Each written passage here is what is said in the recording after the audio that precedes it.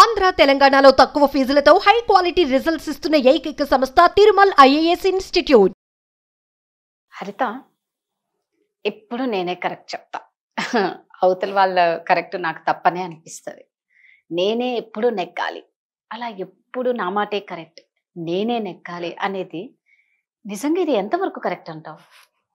అవతల వాళ్ళు ఎంత కరెక్ట్ చెప్పినా అరే ఇక్కడ తప్పురా బాబు అన్నా కూడా నో, నీదే తప్పు నాదే కరెక్ట్, వితండవాదం అనుకోవాలో మొండితనం అనుకోవాలో తెలియదు. కానీ అది ఎంతవరకు కరెక్ట్? ఐఎమ్ రైట్ అని అంటారు. ఇంకా వాళ్ళకి ఇంకొక తీరు లేదు, నేనే రైట్ అంతే, నువ్వే రాంగ్ అని ఆర్గ్యూ చేసే వాళ్ళతోని నంబర్ 1 అసలు ఆర్గ్యూ చేయడం బెస్ట్.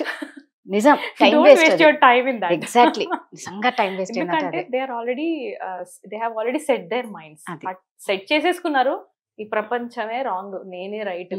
అలాంటి వాళ్ళ మాటలు జనరల్ ఎలా ఉంటాయంటే వెదర్ గురించి కూడా కంప్లైంట్ చేస్తారు, గాడ్ గురించి కంప్లైంట్ చేస్తారు, ఇంట్లో వాళ్ళ గురించి కంప్లైంట్ చేస్తారు. నువ్వు ఎక్కడికి వెళ్ళినా సరే బస్సు కంప్లైంటే, ఆటో కంప్లైంటే, క్యాబ్ కంప్లైంటే, నువ్వు ఎక్కడికి వెళ్ళినా సరే they will be in this mode. No, ఎందుకు వాళ్ళు మాత్రమే రైట్ అనుకుంటున్నారు కాబట్టి పక్కన వాళ్ళని ఎలా యాక్సెప్ట్ చేయాలో తెలియదు పాపం, వాళ్ళలో యాక్సెప్టెన్స్ ఉండదు.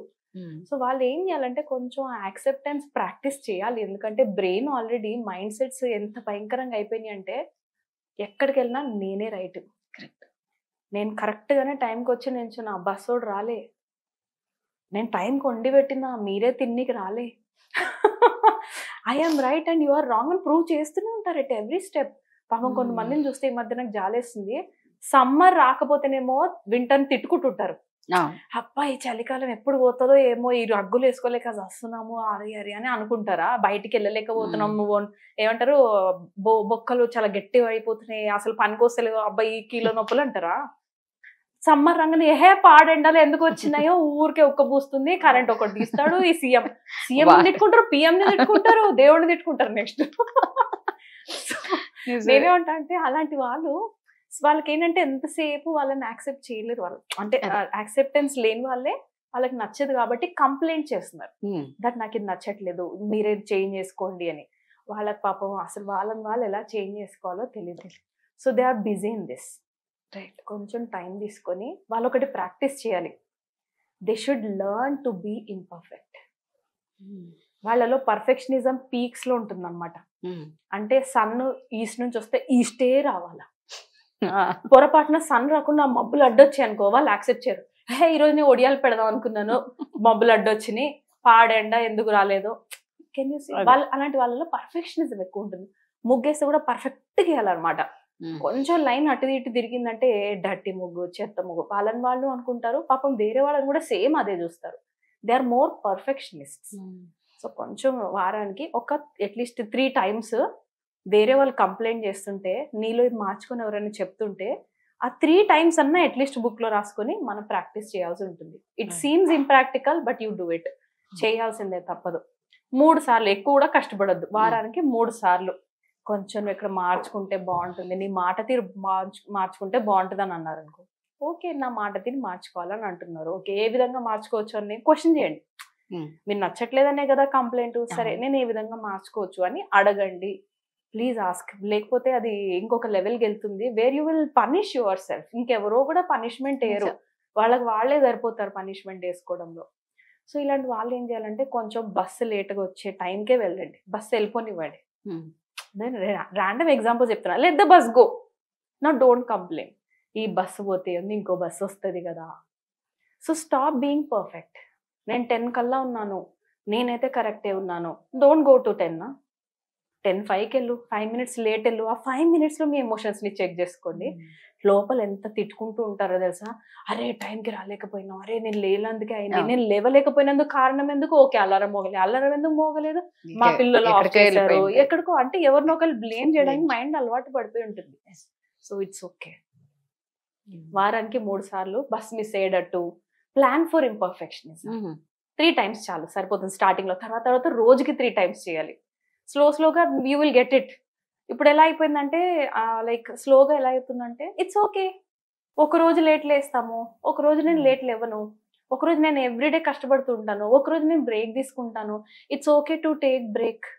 నేను నా దగ్గరకు వస్తారు కదా క్లయింట్స్, రాదా, they are really suffocating, working women ఉంటారా, work work work work work, leave తీసుకుంటేనేమో ఇక్కడ 1 డే శాలరీ పోతుందని ఆలోచిస్తారా?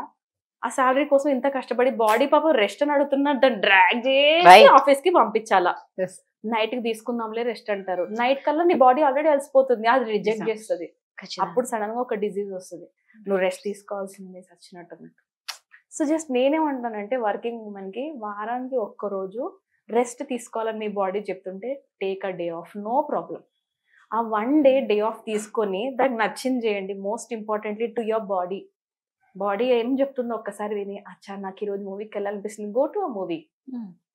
ఇంపర్ఫెక్షనిజం ప్లాన్ చేయండి. Don't try to be perfect, don't try to be like your mother, don't try to be like your father. పాపం అబ్బాయిల్లో చూస్తాను కదా, మా వాళ్ళ ఫాదర్ లాగా అవ్వనికి చచ్చిపోతారు వీళ్ళు. ఫాదర్ లాగానే ఇల్లు మంచిగా నడిపించాలి, ఫాదర్ లాగా అన్ని ప్లాన్ చేసేయాలి, ఫాదర్ లాగానే because father he's trained them like that.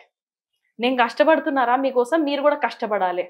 పాపం కష్టం నేర్పించాను తప్ప కష్టంలో సుఖం ఉంటుందని, అది కూడా ఎంజాయ్ చేయొచ్చని, బ్రేక్స్ తీసుకోవచ్చని, ఆ బ్రేక్స్ ను ఆ మనీ తీసుకొని మీకు మీరు కూడా స్పెండ్ చేసుకోవచ్చని మనకి ఎవరు చెప్పలేదు.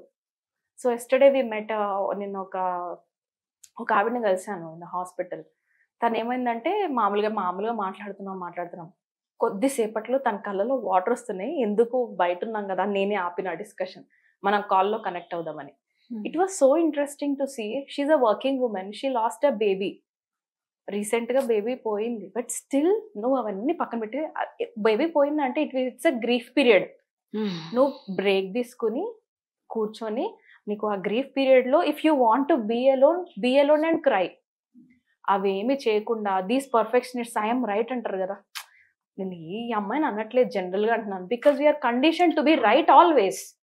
నేనే రైట్ ఉండాలి, నేను రైట్ అన్న దాంట్లో ఏమైపోతామంటే we forgot to take care of our selves. ఆ అమ్మాయి బ్రేకే తీసుకోవట్లేదు సరిగా. ఆ బ్రేక్ తీసుకున్నా ఎలా ఏడవాలో కూడా తెలియదు. There is a good cry in emotions, తెలుసా? గుడ్ క్రై అంటే నీ లోపల బాధ వస్తుంది, బయటకు వెళ్ళిపోవాలి అని అనుకో, ఒక మూవీ పెట్టుకొని నేను ఈ మూవీ చూస్తున్నా అని చెప్పి కూర్చొని ఏడ్చేయండి, no problem.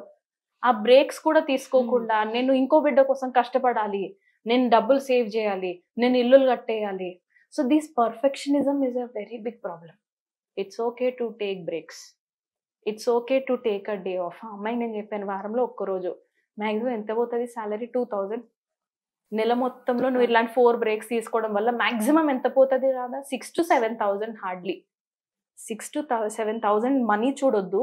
Take a break and see emotionally your body will be relieved. ఆ బ్లాకేజెస్ అన్ని పోతూ ఉంటాయి, you will be more happy. ఇంకా ఎక్కువ పని చేయగలుగుతావు. 7 కాదు 70,000 హైక్ వచ్చే శాలరీలోకి నువ్వు దిగ్గలుగుతావు తర్వాత. Correct. So please take these breaks, we need these breaks, right? అంటే ఇక్కడ నేనేమంటున్నా అంటే ఐఎమ్ రైట్, ఆల్వేస్ రైట్ అన్నది అసలు impossible. We can never be always right. అవును, మనం ఎప్పుడు రైట్ అవ్వకపోవచ్చు. మనం ఏం చేయాలి అప్పుడు? సమ్ టైమ్స్ మనం ఎక్స్పెక్ట్ చేసింది కాకుండా ఇంకోటి జరుగుతుంది లైఫ్ లో. ఇట్స్ ఓకే, నా మర్జీ కాదు గాడ్ కి మర్జీ. నేను అనుకున్నట్టు అవ్వలేదంటే మనం ఏమనుకో లోపల బాధపడకుండా పర్ఫెక్షనిస్ట్ లో ఒకటి ప్రాక్టీస్ చేయాలి.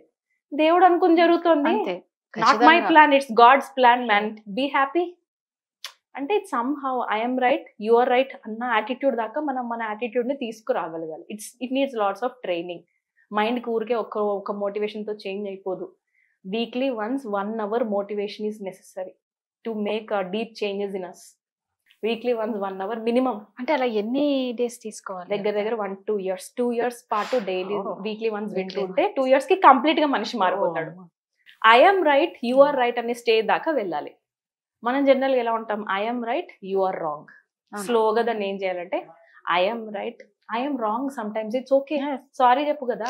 సమ్ టైమ్స్ మనం కొట్టేస్తాం పిల్లల్ని, ఇట్స్ ఓకే సారీ చెప్పి ఐఎమ్ రాంగ్ అన్నారు, కానీ నువ్వు కూడా చేసి ఉండకూడదు. నెక్స్ట్ టైం అలా చేయరు.